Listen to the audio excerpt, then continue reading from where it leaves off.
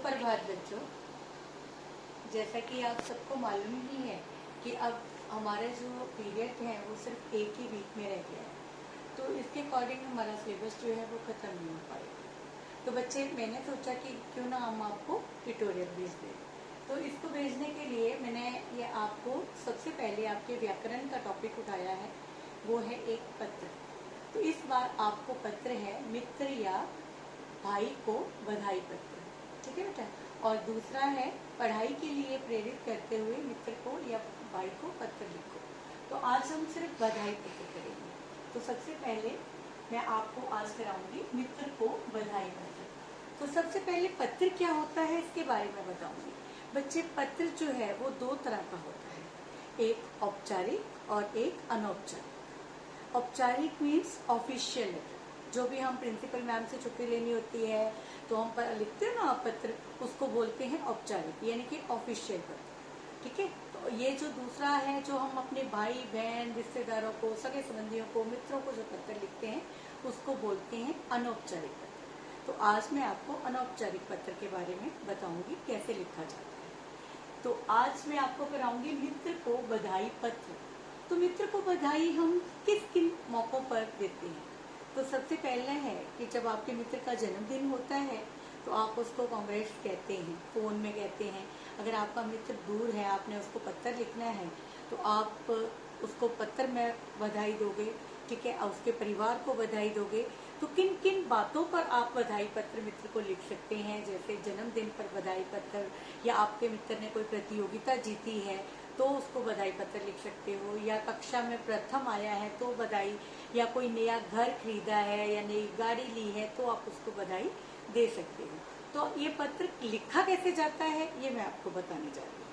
तो बच्चे, जो पत्र का जो ऊपरी हिस्सा यानी कि अपर पोर्शन होता है वो सभी अनौपचारिक पत्र का सेम होता है, एक जैसा, ठीक है, और नीचे वाला हिस्सा भी एक जैसा होता है। तो सबसे पहले मैं आपको लिखूंगी कि ये पत्र जो है सबसे पहले ऊपर क्या लिखा जाता है। तो पत्र कहाँ से लिखा जा रहा है, पहले वो पता लिखा जाता है। तो आपने ये पत्र जो है एग्जामिनेशन हॉल में यानी परीक्षा भवन में बैठ के लिखना है। तो हमने पत्र चेक करना है, आपने वहां पे बैठ के लिखना है। तो सबसे पहले हम ऊपर क्या लिखेंगे, परीक्षा भवन, परीक्षा भवन, ठीक है बेटा। और परीक्षा भवन के बाद यहाँ अल्प विराम, क्योंकि ये अभी पूरा नहीं हुआ है। अब ये परीक्षा भवन कहाँ पे है, किस नगर में है, किस शहर में है, वो लिखना है। तो आगे हम लिखेंगे डैश नगर, फिर शहर। अब शहर कौन सा है, जालंधर शहर,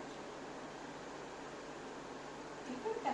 फिर इसके बाद पूर्ण विराम। यहाँ हमारे इस पत्र का जो ऊपरी हिस्सा है वो कंप्लीट हो गया, यानी कि एडजस्ट जो है वो कंप्लीट हो गया। उसके बाद इसके बाद आता है हमारा दिनांक, किस डेट को, किस तिथि को हम ये पत्र लिख रहे हैं। दिनांक मीन्स दिन का अंक, ये है दिनांक, ठीक है बेटा। तो दिनांक है हमारा आज 13/8/20, आई मीन टू से 13 अगस्त 2020, ठीक है बेटा। फिर उसके बाद हम आगे लिखेंगे जिसको हमने ये पत्र संबोधित करना है। तो किसको संबोधन दे रहे हैं हम, मित्र को। किसको पत्र लिख रहे हैं, मित्र को। तो अगर आपने ये पत्र अपने से बड़े को लिखना है तो आप रिस्पेक्ट देते हो बच्चे, जैसे आपने अपने पापा को लिखना, अंकल को लिखना, मामा को लिखना, चाचा को लिखना, तो आप लिखते हैं ना इंग्लिश में रिस्पेक्टेड अंकल, रिस्पेक्टेड पापा। तो यहाँ पे आप लिखेंगे, क्या लिखेंगे, आदरणीय, ठीक है बेटे। अगर बड़ों को लिखना है तो लिखेंगे आदरणीय, आदरणीय मामा जी, आदरणीय पापा जी, आदरणीय अंकल जी, चाचा जी, ठीक है। लेकिन यहाँ हमने पत्र लिखना है मित्र को।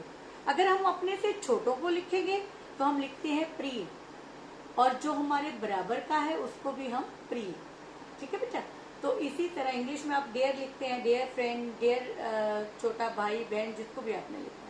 तो यहाँ हम मित्र को लिख रहे हैं, तो इंग्लिश में आप डियर फ्रेंड लिखते हैं तो यहाँ लिखेंगे प्रिय मित्र, ठीक है बेटा, प्रिय मित्र। अब आपके मित्र का क्या नाम है वो आपने यहाँ नाम लिखना है।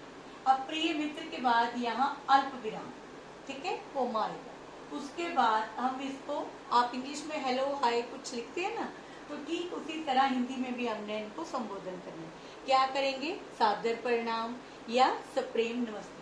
तो जहां ये प्रिय मित्र का नाम खत्म होगा उसके बिल्कुल नीचे हमने यहाँ शुरू करना है सप्रेम नमस्ते। सप्रेम मीन्स प्रेम सहित नमस्ते, ठीक है बेटे। उसके बाद पूर्ण विराम,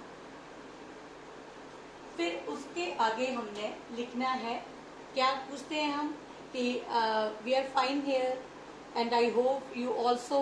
तो यहाँ इंग्लिश में जैसे हम लिखते हैं सेम हिंदी में भी लिखते हैं। तो हिंदी में हम क्या लिखेंगे, जहां नमस्ते खत्म होगा उसके बिल्कुल नेक्स्ट लाइन में हम यहाँ से शुरू करेंगे, हम सब यहाँ पर, हम सब यहाँ पर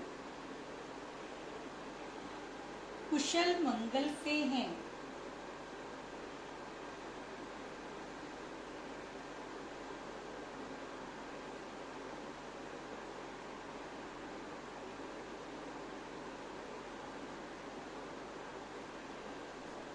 कुशल मंगल से हैं तथा आपकी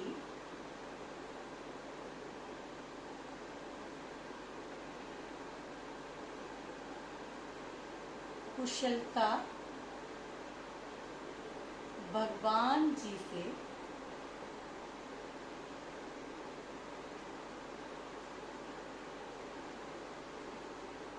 सदैव, सदैव मीन्स हमेशा, सदा, सदैव शुभ जाते हैं।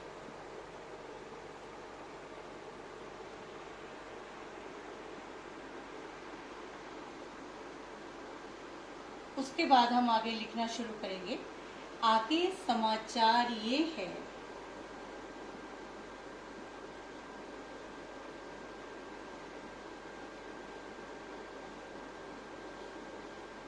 कि अब इसके बाद का पत्र आप अपने आप लिखेंगे, मैं आपको बता दूंगी। अब क्या कहना है कि आपने किस तरह मित्र को बधाई देनी है। अगर आप अपने मित्र को जन्मदिन पर बधाई दे रहे हैं तो आप लिखोगे, आगे समाचार ये है कि परसों आपका बर्थडे है, यानी कि परसों आपका जन्मदिन है और उसी दिन मेरी हिंदी की परीक्षा है, तो मैं आपके जन्मदिन पर नहीं आ सकता। तो मेरी तरफ से आपको आपके जन्मदिन की बहुत बहुत बधाई, ठीक है बेटा। अगर जन्मदिन पर लिखेंगे, आपके परिवार को भी बहुत बहुत बधाई हो। अगर आपने लिखना है कि आपका मित्र कक्षा प्रतियोगिता में प्रथम आया है, तो आप लिखेंगे, आपकी माताजी मुझे मिली या आपके पिताजी मिले या भाई से पता चला कि आपने इस बार कक्षा प्रतियोगिता में हिस्सा लिया और आपने प्रथम स्थान हासिल किया, तो इसके लिए आपको बहुत बहुत बधाई हो।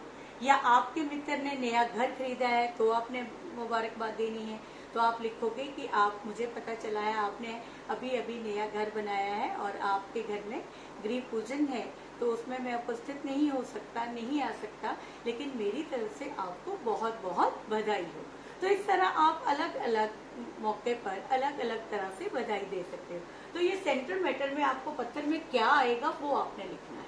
तो ये बच्चे आप अपने आप लिखेंगे और इसकी लास्ट लाइन जो है ये आपने पूरा पत्र लिखना है, ऐसे नहीं लिखना मेरे तरह डैश नहीं डालना, आपने पूरा करना है जो भी आपने पत्र लिखना है। तो बधाई पत्र में आप जन्मदिन पर बधाई भी लिख सकते हैं, मैंने आपको 3-4 तरह का बताया है, कुछ भी आप लिखोगे बधाई का, लेकिन पूरा करेंगे इसको। उसके बाद लास्ट में हम क्या लिखते हैं, मेरी तरफ से, लास्ट लाइन सभी पत्र में कॉमन होती है, मेरी तरफ से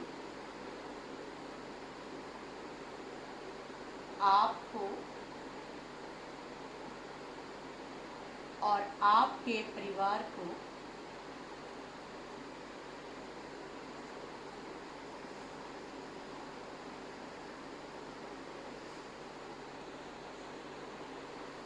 बहुत बहुत बधाई हो।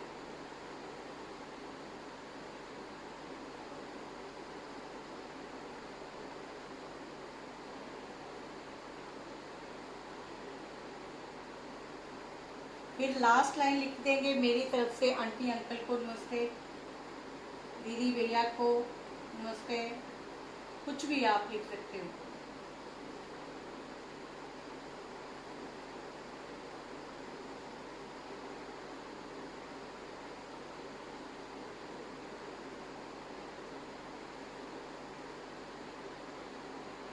घर में जो भी हैं, दादी जी हैं उनको प्रणाम, छोटा भाई बहन है उसको प्यार, या बड़ा है तो कोई उसको नमस्ते, कुछ भी आप लिख सकते हो। उसके बाद लास्ट में, यहाँ मेरे पास बोर्ड में जगह नहीं है तो मैं आपको ऊपर लिखना बताऊंगी, जहाँ ये लाइन खत्म होगी वहीं से आपने नीचे शुरू करना है, मैं यहाँ बताऊंगी लिखना। तो उसके बाद आपने क्या लिखना है ये मैं बता दूँ। यहाँ पर आप आगे लिखोगे अंत में लास्ट पोर्शन में पत्र लिखने वाला, लड़कियां लिखेंगी पत्र लिखने वाली, ठीक है बेटा। इसके बाद कोमा, आगे आपका मित्र, ठीक है, आपका मित्र, फिर डैश नाम, फिर उसका नाम आएगा मित्र का, फिर पत्र, ठीक है बच्चे, ये आपने लिखना है। तो इस तरह आप कोई भी बधाई पत्र लिखना सीखेंगे, और आप, मुझे उम्मीद है कि आप घर में इसकी अच्छी तरह से दोहराई करेंगे और लिखना सीखेंगे भी और याद भी करेंगे, ताकि आप पेपरों में अच्छा कर सकें। थैंक यू बेटा, धन्यवाद।